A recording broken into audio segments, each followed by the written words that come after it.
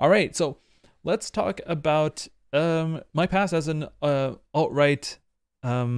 alt-right person, I guess. The reason why I want to talk about it is because we've talked about it a lot. I've seen it being talked about it a lot in more leftist discourse.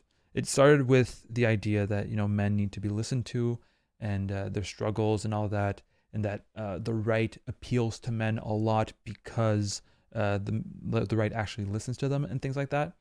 I want to talk about my own experience with the alt right and how I moved there and how maybe we can learn more. A lot of people have shared their experiences about being alt right anyway. I don't know how mine is very different from the others and what lessons I've learned from those experiences, how that differs. But I'm still putting it out there. Maybe some of you haven't heard that kind of story, so I'm sure it might be helpful for a lot of you.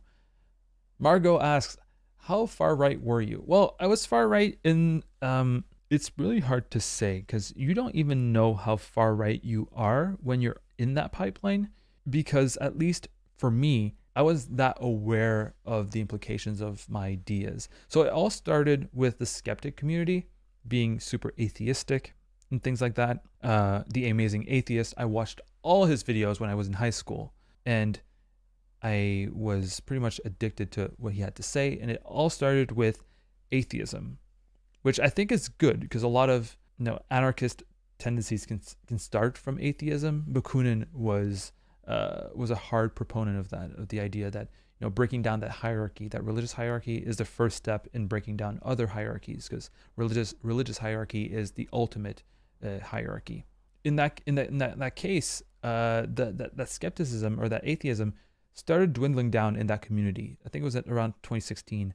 And what was more in vogue, what got more clicks, was the anti-feminism or anti-feminist content, taking down Anna Sarkeesian, the whole Gamergate thing. And I was right in the middle of that, like, taking all this content, enjoying it.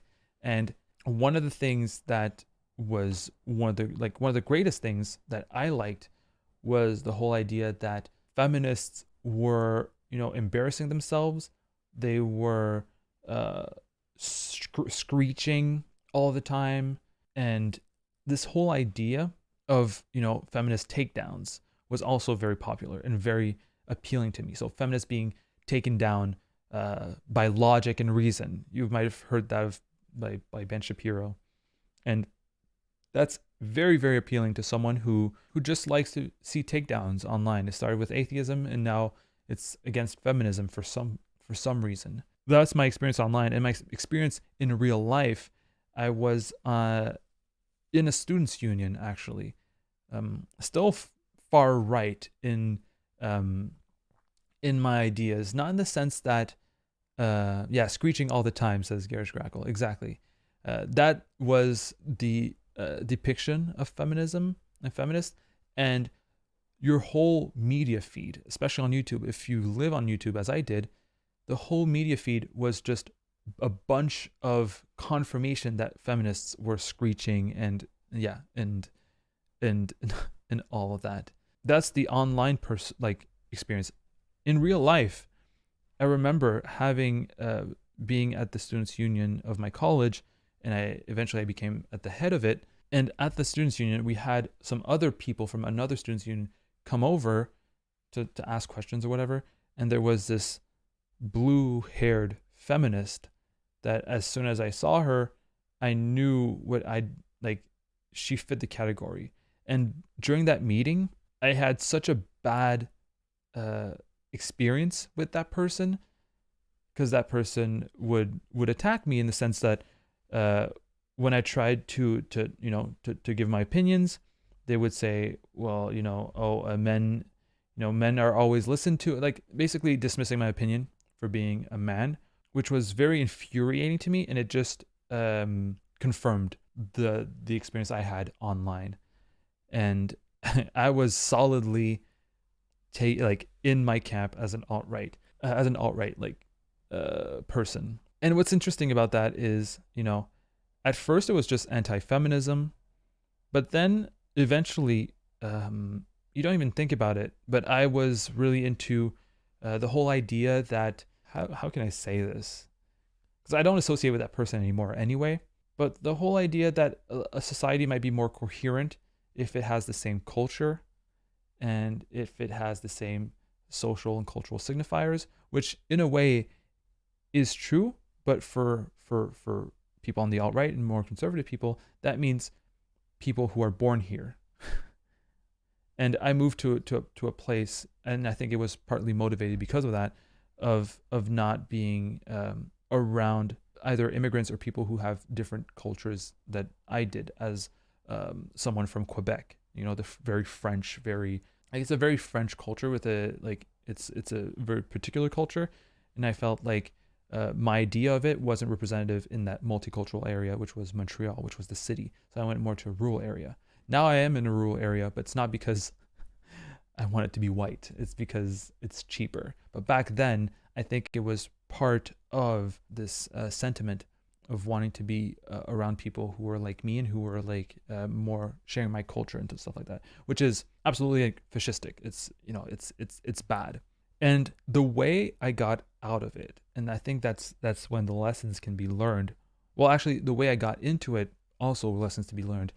I think that's where we can start. The way I got into more of that fascistic kind of mentality was through the anti-feminism through Gamergate, which was online. And that anti-feminism was expressed through straw men, totally just straw men, all the fucking time. Blue-haired feminists screeching, you know, these harpies, and this. And you see that very often still today, that how strong straw men are used, or how strongly this is used in conservative discourse, especially when it comes to trans people. Trans people, just like the whole idea of, you know, trans people are always saying their pronouns, you know, my pronouns are z, zer, I have emoji pronouns or whatever, or, you know, all, like, not to discredit people who have like, but who have like neopronouns, but most people are not screeching their pronouns in public, as conservatives love to show. It's, you know, the whole "it's ma'am." That is the equivalent of, you know, Trigglypuff or whatever other feminists that conservatives have used in the past to depict the feminist movement. Well, trans people, they have those people to use as, how would you say it, as straw men. And you become more to the right, and you become more radicalized because you have this such a flawed perspective of the opponents of the problem. And of course, like I said earlier, I spoke about that earlier, when you genuinely believe that your opponent is who they are and that they're that harmful, it makes you believe some really fucked up shit. Like, if you believe that women, or that feminists are not only stupid and wrong, but they're actually trying to come for, you know, trying to disempower guys just for the sake that they're guys, then in that case you feel like you are justified in being a bit more aggressive against feminists. And that's very, very scary. And we see it less with feminism now, but you see it with trans ideology. Whoops, sorry. With trans ideology, right? So this straw man figure is really important in skewing the perception of reality of more conservative, let's say, conservatives. It's essential to skew that perception of reality. However, and that's where the optimism comes, and where we can come to be maybe better equipped with dealing with that, is that once you tear down that straw man, it's the whole castle of cards crumbles in a way. The whole idea that if your worldview is based on a straw man, if you can reveal that the straw man is a straw man, then it's over. It's over for the conservative. And I think that's really, really, really good. So, for example, when I was alt-right, especially, it was more anti-feminists. There was this xenophobic and, you know, white supremacist idea, but that was less tangible. I wouldn't call myself white supremacist. I wouldn't call myself anti-xenophobic, but I would call myself anti-feminist. And this anti-feminism that I had was directed at a skewed vision of or version of feminism that was reinforced when I met this feminist that didn't even want to listen to me because I was a guy. And those do exist, and they still exist today. They existed back then, and it just made me believe in that scarecrow, in that I forgot the word already, in that straw man. Sorry, it made me believe in that straw man even more because I experienced it. It has like a bias, right? It has the confirmation bias that comes in. So when you do actually see a feminist that's like overzealous, as one would say, or that's who's screeching, then the confirmation bias comes in, and you're like, oh, so the straw man was right. But you don't factor in all the feminists who don't actually speak up when you say something fucking stupid, or even if it's not stupid, they don't even mention that they're feminists. So you don't even know the more like pragmatic, or let's say cool-headed feminists. And and I've talked about it in my last stream, but I wanted to make it more coherent in one segment here. I went on Omegle and met a feminist, and I was extremely angry at that feminist because I think I went in the feminist tag of Omegle to look for challenge, to go make fun of those stupid feminists. The feminists that the YouTubers I watched told me they were so fucking stupid, right? They can't have arguments. They're idiots. Their ideology, their worldview crumbles all the time because it has no logical consistency. Look at this stupid feminist video that I found that I can take down in 2 or 3 points in a 5-minute video. So I was like, well, I'll do it myself. If the amazing atheist can do it in 5 minutes in a video, why can't I do it live on Omegle? It was chatting. It wasn't like on camera. So I tried it. I tried it out. I was in high school, and it didn't go well. It didn't go well for me. And that feminist, that woman, was so chill, and every argument I gave her came back with like something so much more like logic, and like it wasn't based in feelings. It was based on logic and had so much logical consistency that I could not even dream of debunking. It made me angry. And I started screeching, right? I was the one screeching. And I remember very clearly one argument, and I was like, I called her a bitch because I was so angry. And the feminist was like, see, you're using a slur against me because I'm a woman. I was like, no, I'm calling you a bitch because you're stupid. And she's like, the feminist was like, yeah, well, a bitch is like not like, maybe not a slur, but like it's an insult directed at women more specifically. And that got me even more angry. And she was just chilling, and she was spitting facts, and I didn't have any arguments. So I just quit, and I was like, oh, she's so stupid. I was out of it. And that got me thinking a lot. This person completely demolished the straw man of what a feminist was in my head. My whole worldview of anti-feminism and everything that was built upon it on top of that through Gamergate crumbled with one conversation with someone who was the exact opposite of that one straw man. I think that's super important to understand, not only in terms of de-radicalizing a lot of let's face it, a lot of young men for different variety of issues, but also in our own interpersonal conversations and engagements with young radicalized right-wing people. Because if you dismiss them, if you tell them to fuck off, it can be like, if you don't have the energy, you don't have anything, you don't have the the capacity, you can just say fuck off, but it might just validate what they think of what a leftist is. For example, one example is I think I saw a meme in the Discord of the Canvas, which I strongly recommend you go to. I think we have like 150 members now. In that meme, it said like, oh, I don't want to educate you. You can educate yourself. There's the internet. And then the guy goes on the internet and it's PragerU, right? And these people are all over the internet. So if you can be like cool headed, stoic, and very, very chill about your arguments and confident about these arguments, I feel like it might be a very good tool to de-radicalize, and also give the right wing. I'm talking kids because I was a kid, and like that's when I feel like it's easier to de-radicalize.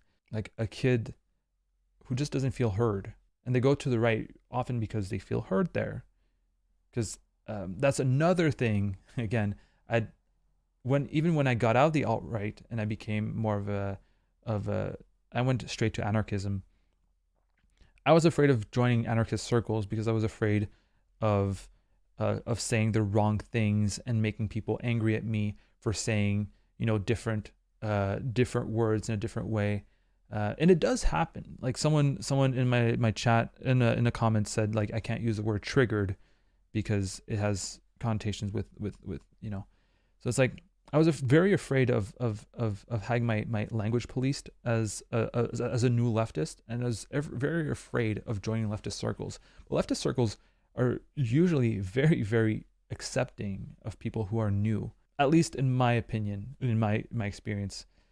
So the straw man there was like these leftists, you can't talk to them. They'll always be angry. They'll be screeching at you if you don't use the right words. If you misgender them, they'll start calling you a transphobe. They'll start calling you a bigot. And if you disagree with someone who's black, they'll call you racist. So it alienates these people from even engaging with the left. I was an anarchist and I didn't even want to engage with the left because through my Gamergate phase, I was told that the left is, you are unable to, as a white guy, you cannot engage with the left. And I feel like if you listen to white guys, because the reason why, like, some people might think like, why do you want to listen to white guys? I think like white guys are the are the fascists. If you want to be anti-fascist, target the white guys. I think that's the best anti-fascist strategy you can have. Listen to them and show them that being on the left doesn't mean that you're going to be screeched at, and that doesn't mean that you're going to be dismissed for your identity. And a lot of people who might already feel like they have this leftist sentiment. A lot of people hate capitalism, or at least very critical of some elements of capitalism.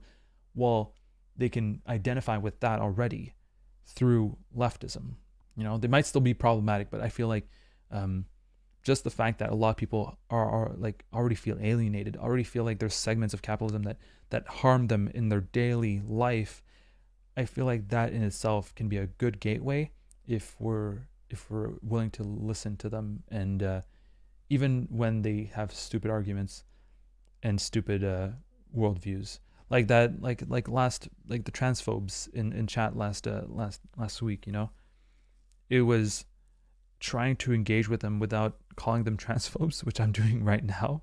But by that time, I gave them a week to recognize that they're transphobes, I guess. So it's been a week, so they probably know that they were being kind of transphobic through my arguments. If they haven't, maybe they will now. But I hope you understand what I mean.